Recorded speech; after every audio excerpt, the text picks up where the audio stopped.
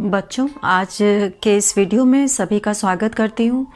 और आज हम लोग जो पिछली वीडियो में शुरू किए थे पाठ 7 संख्यावाचक शब्द, तो इसका जो है हम लोग उसके आगे का भाग पढ़ेंगे और अभ्यास प्रश्न को पूरा करेंगे। तो सभी बच्चे अपनी व्याकरण की पुस्तक संस्कृत की, जिसका नाम है व्याकरण निधि, वो निकाल लेंगे और उसमें पेज नंबर 34 पर हम लोगों ने पढ़ा था संख्यावाचक शब्द किसे कहते हैं और इसका विशेषण के रूप में किस तरह से प्रयोग होता है। तो आज हम लोग उसके आगे पढ़ेंगे। जैसे कि यहाँ पर दिया हुआ था पुल्लिंग, स्त्रीलिंग और नपुंसकलिंग शब्द, तो इसमें 1 से 4 की संख्या तीनों ही लिंगों में अलग अलग होती है। जैसे कि पुल्लिंग में एकः, स्त्रीलिंग में एका और नपुंसक लिंग में एकम। तो इसी तरह से 2, 3 और 4 की संख्या भी अलग अलग होती है और उसके बाद सभी संख्या बहुवचन में चलता है और तीनों लिंगों में समान रूप होता है। तो इसमें जो है वाक्य यहाँ पर हम लोग यहाँ पर देखेंगे पुल्लिंग, स्त्रीलिंग और नपुंसक लिंग में एकः नरः खादति। यहाँ पर एकः नरः खादति, यहाँ पर एकः नरः खादति और स्त्रीलिंग में हो जाएगा एका बालिका खादति और नपुंसक लिंग में हो जाएगा एकम भवनम अस्ति। तो इस तरह से एकः पुल्लिंग में प्रयोग हुआ, एका स्त्रीलिंग में प्रयोग हुआ और एकम नपुंसक लिंग में प्रयोग हुआ। तो द्वौ द्वे और द्वे रूप बनता है, त्रयः तिस्रः और त्रीणि रूप बनता है और चत्वारः चतस्रः और चत्वारि रूप बनता है तीनों लिंगों में। तो यहाँ पर उसका उदाहरण भी दिया गया है। जैसे कि यहाँ पे दिया है एकः नरः खादति और उसके बाद फिर एका कन्या लिखति, एक लड़की लिखती है, एकम भवनम अस्ति, एक भवन है। और 2 की संख्या में यहाँ पे वाक्य प्रयोग दिया है द्वौ अश्वौ धावतः। तो यहाँ पे हम लोग वाक्य वाला पढ़ रहे हैं, जो मूल शब्द के नीचे लिखा हुआ है वाक्य पेज नंबर 34 पर। तो 2 के लिए द्वौ का प्रयोग करते हैं पुल्लिंग में, द्वौ अश्वौ धावतः। और स्त्रीलिंग में हो जाएगा द्वे चटके कूजतः, 2 चिड़िया कूज रही है, कूक रही है। और द्वे पत्रे पततः और 2 पत्ते गिर रहे हैं। तो इस तरह से यहाँ पर जो प्रयोग हुआ है वो 2 की संख्या का प्रयोग किया गया है। द्वौ, द्वे और द्वे। स्त्रीलिंग और नपुंसक लिंग में एक ही तरह का प्रयोग होता है, द्वे और द्वे। अब यहाँ पे 3 की संख्या का वाक्य में प्रयोग किया गया है, पुल्लिंग में भी, स्त्रीलिंग में भी और नपुंसक लिंग में भी। तो त्रयः गजाः चलन्ति, 3 हाथी चल रहे हैं। तो अब यहाँ पे स्त्रीलिंग में 3 की संख्या को तिस्रः कहते हैं। तो तिस्रः मालाः पतन्ति, तो 3 माला पतन्ति मतलब गिर रही हैं। और त्रीणि का प्रयोग किया जाता है नपुंसक लिंग में। तो त्रीणि पुस्तकानि सन्ति, 3 पुस्तकें हैं। तो यहाँ पर 3 की संख्या का प्रयोग किया गया है, त्रयः, तिस्रः और त्रीणि। अब हम लोग देखेंगे यहाँ पे कि 4 की संख्या का प्रयोग किस तरह से वाक्य में किया गया है। तो चत्वारः सिंहाः गर्जन्ति, चत्वारः 4 सिंहाः शेर गर्जन्ति गरज रहे हैं। तो यहाँ पे कलिकाः का प्रयोग है स्त्रीलिंग में। तो चतस्रः कलिकाः विकसन्ति, 4 कलियाँ खिल रही हैं।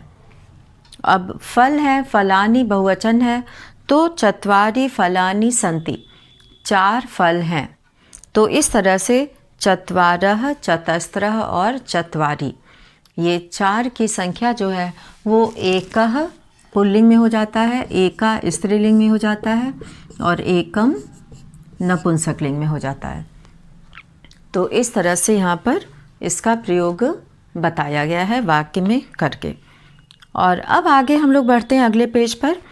1 से 4 तक सभी लिंगों में रूप भिन्न होते हैं। 5 से तीनों लिंगों में समान रूप चलते हैं।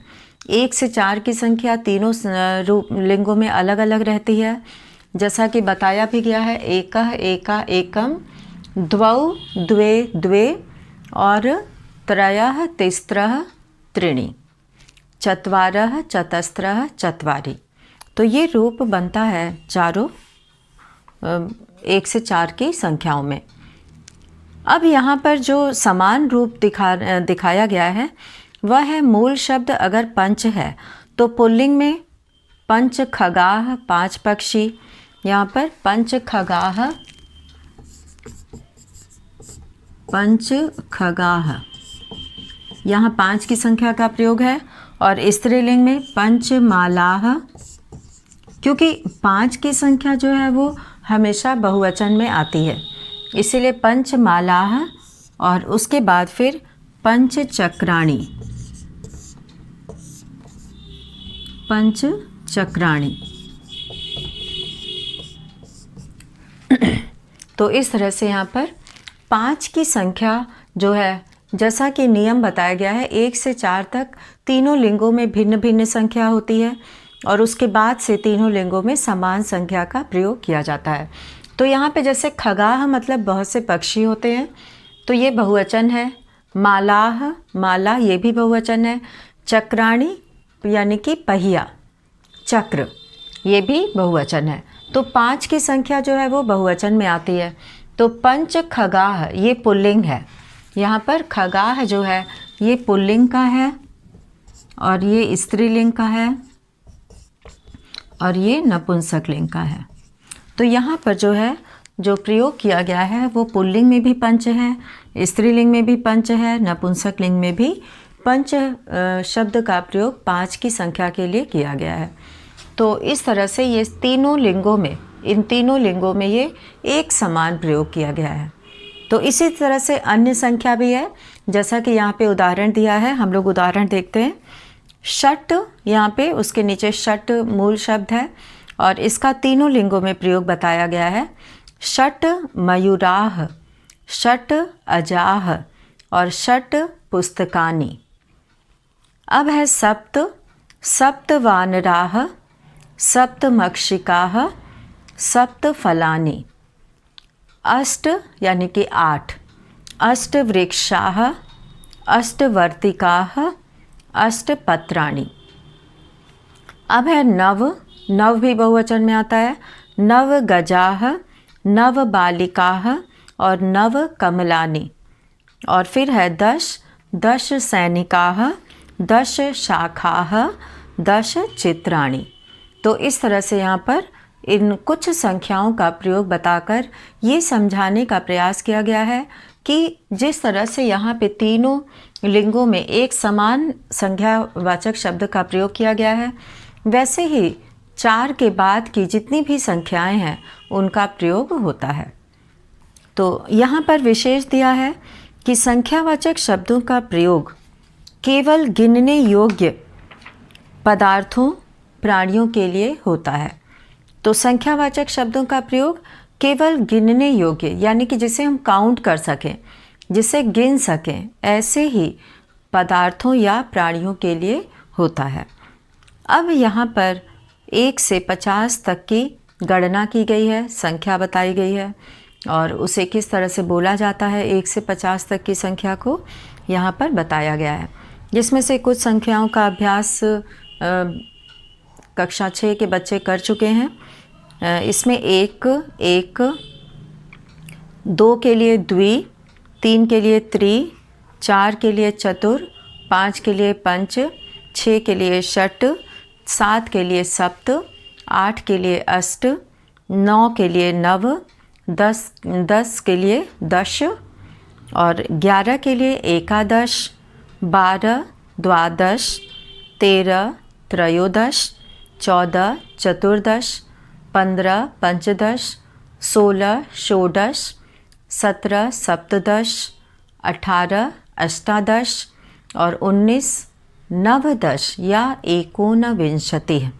यहाँ पे इन दोनों में से किसी भी एक का प्रयोग किया जा सकता है।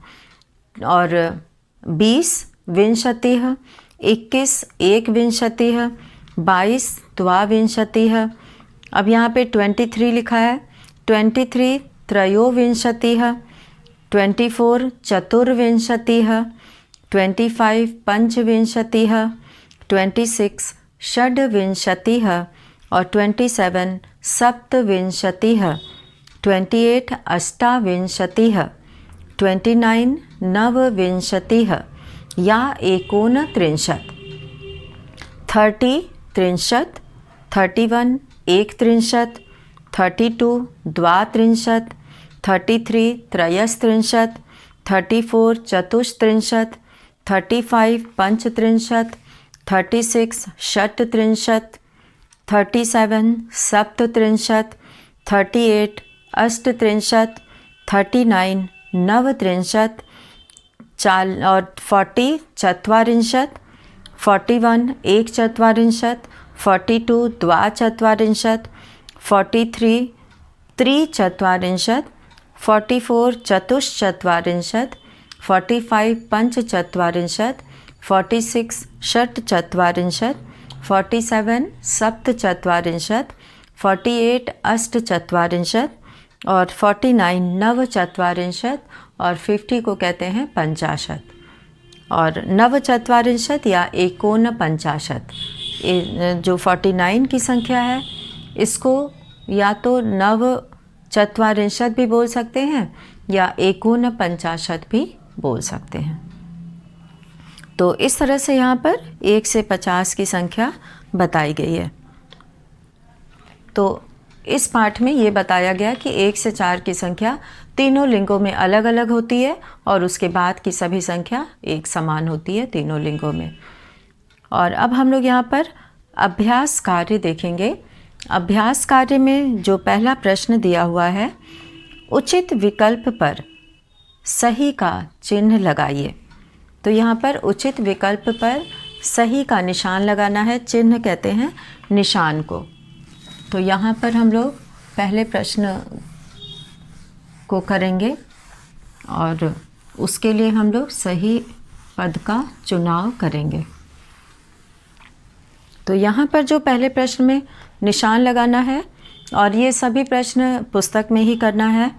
तो चटके यहाँ पे द्वौ और द्वे का प्रयोग किया गया है। चटका पद जो है सबसे पहले हम लोग देखेंगे कि चटका पद किस लिंग का है।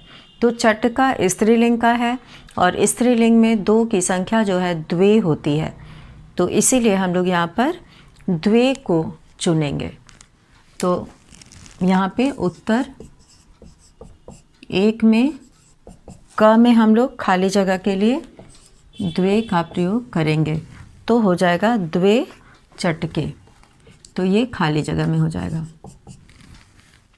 और अब हम लोग यहाँ पर दूसरा प्रश्न देखते हैं। दूसरे प्रश्न में यहाँ पर दिया हुआ है पुष्पाणि। पुष्पाणि शब्द जो है वो नपुंसक लिंग होता है। पुष्पम, पुष्पे, पुष्पाणि। पुष्पम एक वचन में, पुष्पे द्विवचन में और पुष्पाणि बहुवचन में। तो यहाँ पर त्रीणि और तिस्रः, त्रीणि और तिस्रः ये 2 विकल्प दिया गया है। त्रीणि जो है नपुंसक लिंग के लिए प्रयोग होता है और तिस्रः जो है वो स्त्रीलिंग के लिए प्रयोग होता है और त्रयः का प्रयोग पुल्लिंग के लिए होता है। तो यहाँ पे 2 विकल्प दिया हुआ है। इसमें से पुष्पाणि नपुंसक लिंग का है, तो हम लोग यहाँ पर विशेषण की तरह इसका प्रयोग करेंगे। त्रीणि का प्रयोग करेंगे नपुंसक लिंग संख्या का। तो ख में हो जाएगा त्रीणि। ये खाली जगह में भरना है त्रीणि, यहाँ पर पुष्पाणि। और अब है यहाँ पे ग मालाह। यहाँ पर मालाह दिया हुआ है, तो बहुत सी मालाएं यहाँ पे चतस्रः। चतस्रः जो है वो 4 की संख्या है और चत्वारः। चतस्रः स्त्रीलिंग में प्रयोग होता है और चत्वारः जो है वो पुल्लिंग में प्रयोग होता है। तो यहाँ पे मालाह शब्द जो है वो माला से बना है, तो यहाँ पे ये स्त्रीलिंग का रूप है, इसलिए हम लोग चतस्त्रः का प्रयोग करेंगे। चतस्त्रः।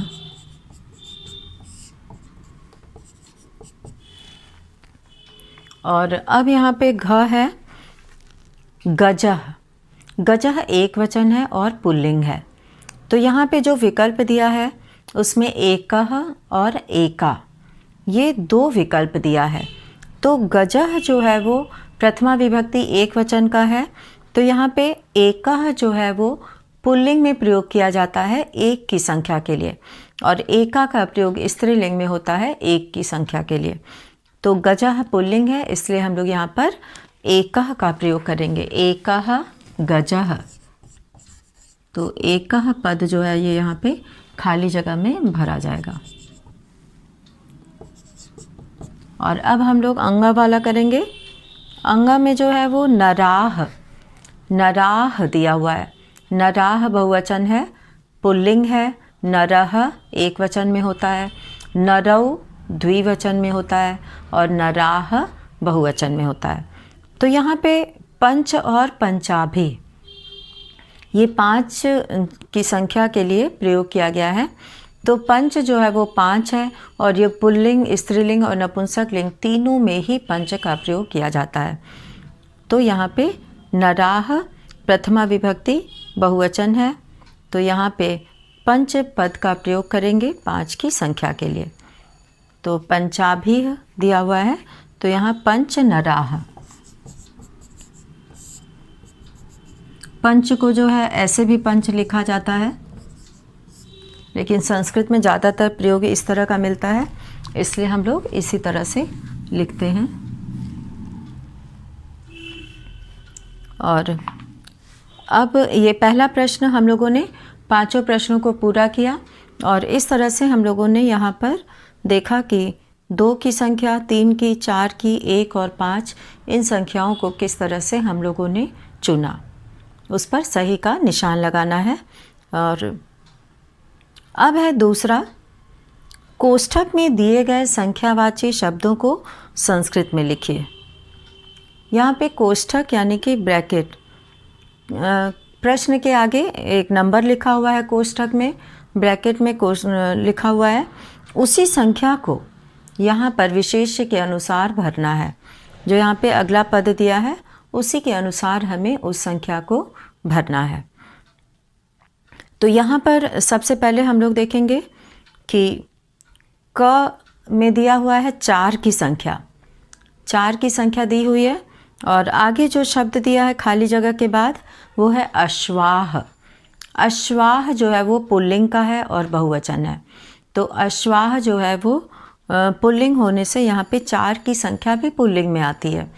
तो हमें पुल्लिंग का 4 की संख्या का लिखना है, क्योंकि 1 से 4 की संख्या तीनों लिंगों में अलग अलग होती है। तो यहाँ पे हमें पुल्लिंग का 4 की संख्या लिखना है।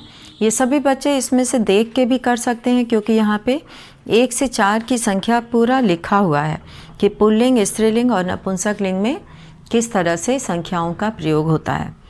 तो अश्वा है, तो यहाँ पे 4 की संख्या को हम लोग चत्वारः लिखेंगे। तो उत्तर 2 में क में हम लोग खाली जगह में लिखेंगे चत्वारः। तो हम खाली जगह का ही शब्द यहाँ पर लिख रहे हैं। और इसी तरह से हम लोग 5 की संख्या को भी देखेंगे, क्योंकि 4 के बाद की जितनी भी संख्या है वो तीनों लिंगों में एक समान होती है। तो यहाँ पे पुष्पाणी शब्द है, पुष्पम शब्द का बहुवचन है, यहाँ पे पुष्पाणी, पुष्पम, पुष्पे, पुष्पाणी। और यहाँ पे कोष्ठक में जो नंबर दिया हुआ है, अंक जो लिखा हुआ है वह है 5। तो 5 को पंच कहते हैं संस्कृत में, और ये तीनों ही लिंगों में पंच का प्रयोग किया जाता है। तो यहाँ पे पंच पुष्पाणी हो जाएगा। तो यहाँ हम लोग जो प्रयोग करेंगे वो है पंच पुष्पाणी। तो इस तरह से यहाँ पर जो शब्द दिया हुआ है उसी के अनुसार हम लोग यहाँ पर संख्या को लिखेंगे।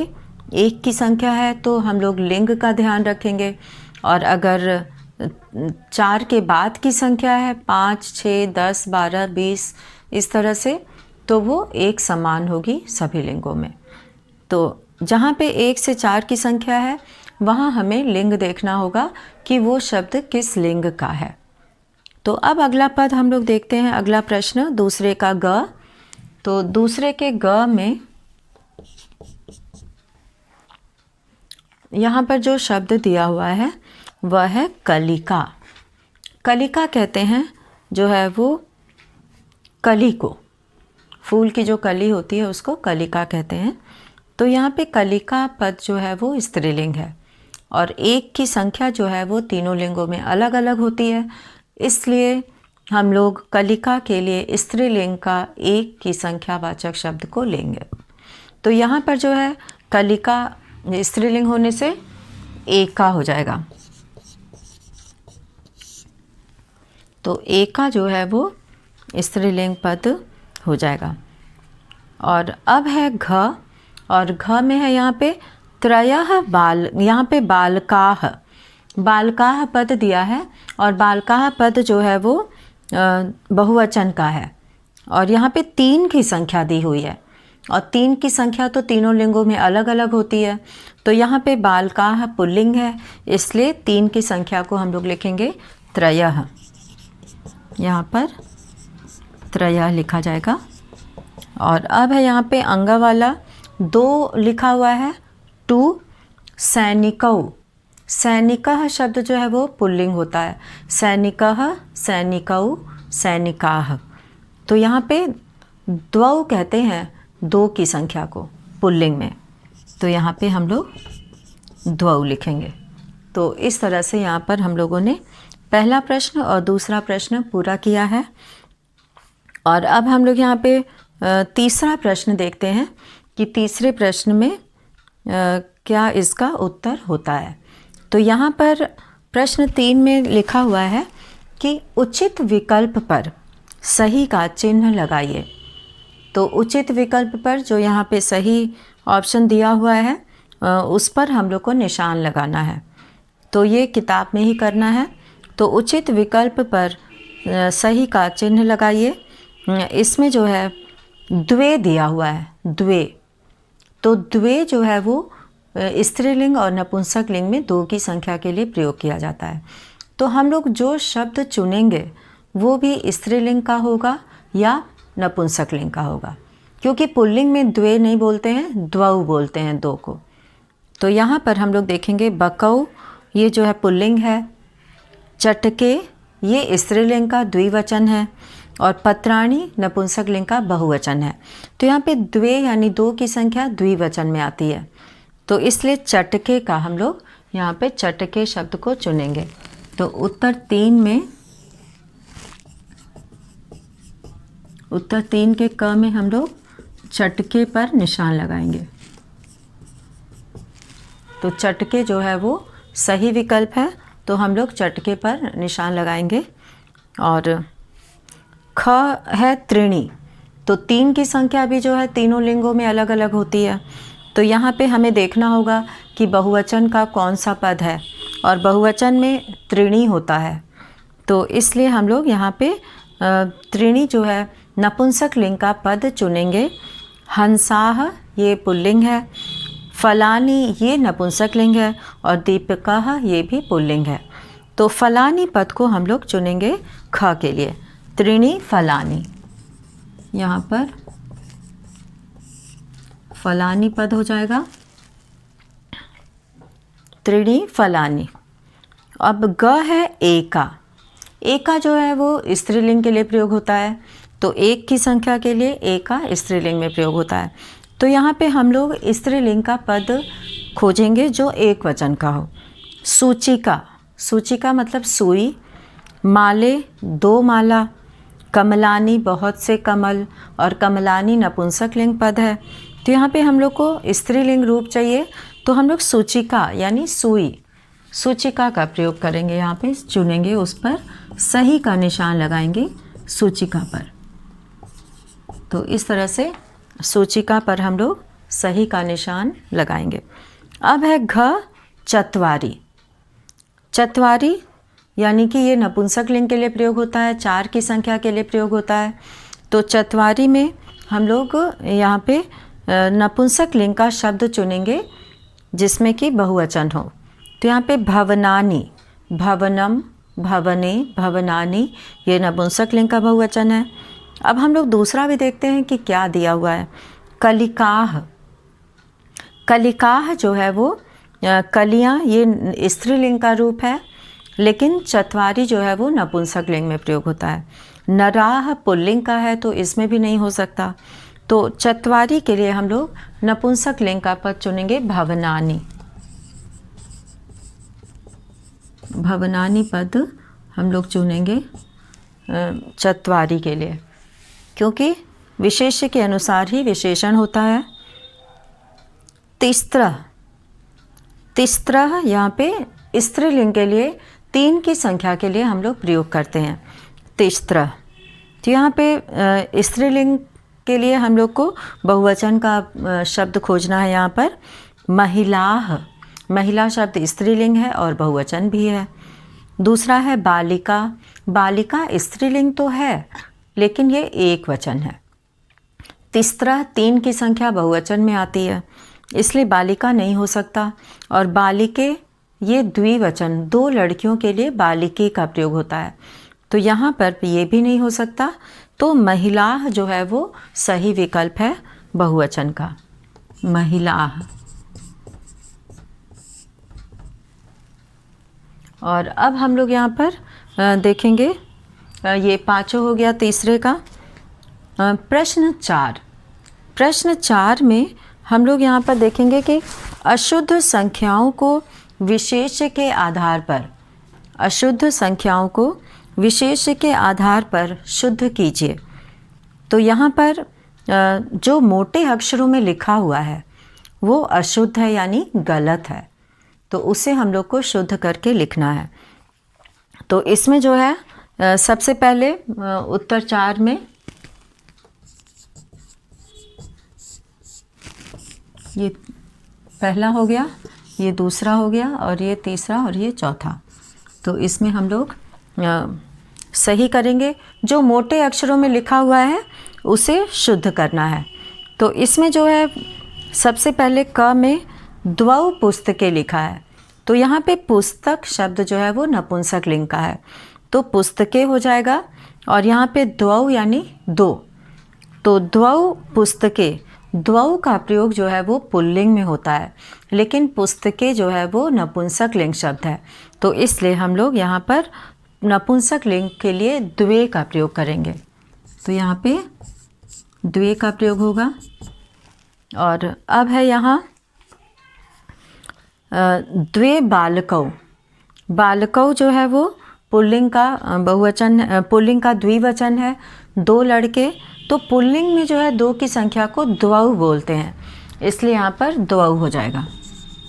तो इसी तरह से हम लोग सभी में पुल्लिंग, स्त्रीलिंग और नपुंसक लिंग को देखते हुए उत्तर लिखेंगे। त्रयः कन्याः, त्रयः कन्या, कन्या स्त्रीलिंग है तो त्रयः की जगह पे तिस्त्र हो जाएगा, तिस्त्र।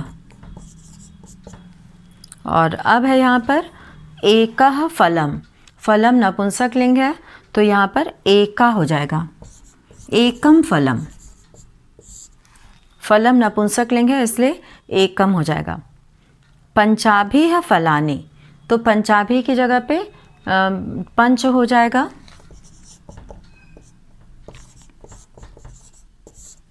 पंच। और अब है यहाँ पे एका पुस्तकम, एका पुस्तकम, पुस्तकम नपुंसक लिंग है इसलिए एकम पुस्तकम हो जाएगा, एकम।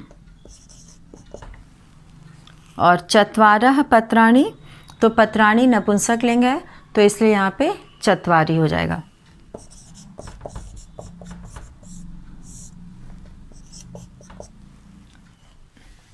तिस्रः नृपाः, तो तिस्रः नृपाः, नृपः पुल्लिंग का है तो यहाँ पे त्रयः होना चाहिए, क्योंकि पुल्लिंग में त्रयः कहा जाता है 3 की संख्या को।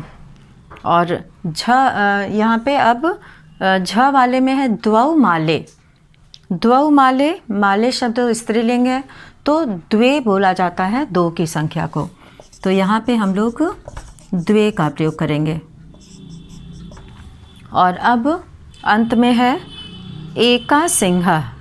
एका सिंह, सिंह पुल्लिंग है, इसलिए जो है वहाँ पर एका की जगह पर एकः का प्रयोग किया जाएगा। एकः का प्रयोग करने के लिए यहाँ पर हम लोग एकः का प्रयोग करेंगे पुल्लिंग में। और अब हम लोग पांचवा प्रश्न देखते हैं। पांचवें प्रश्न में संख्यावाचक शब्द दिया हुआ है और संख्यावाचक प्रश्न 5 में निम्नलिखित को संस्कृत गणना वाचक शब्दों से पूर्ण कीजिए। तो यहाँ पर संस्कृत में जो दिए गए संख्याओं को संस्कृत में लिखना है। तो 11 की संख्या को यहाँ पे सारी संख्या जो है वो पेज नंबर यहाँ पर दी हुई है, पेज नंबर 35 पर दिया हुआ है। और इसमें जो है यहाँ पर जितनी भी संख्याएं दी हुई हैं उसको जो है पूरा करना है। तो इसमें जो है हम लोग 11 की संख्या को बोलेंगे एकादश, जैसा कि यहाँ पर लिखा हुआ है। और 31 को एक त्रिंशत। ये सभी बच्चे इसको पेज नंबर 35 से देखकर इसे पूरा करेंगे, अपने से करेंगे।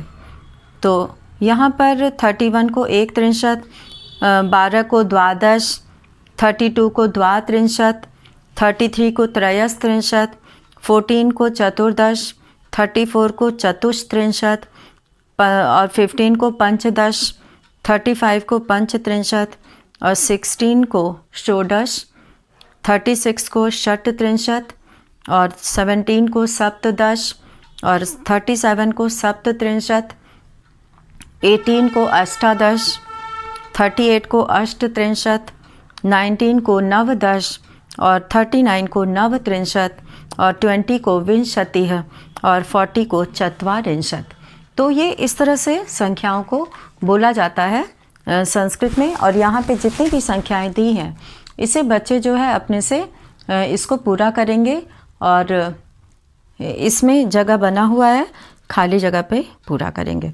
तो इस तरह से हम लोगों ने संख्यावाचक शब्द जो है इस पाठ के आधार पर हम लोगों ने संख्याओं का प्रयोग करना सीखा। तो इसी के साथ आज का ये वीडियो यहीं पे समाप्त करते हैं। धन्यवाद।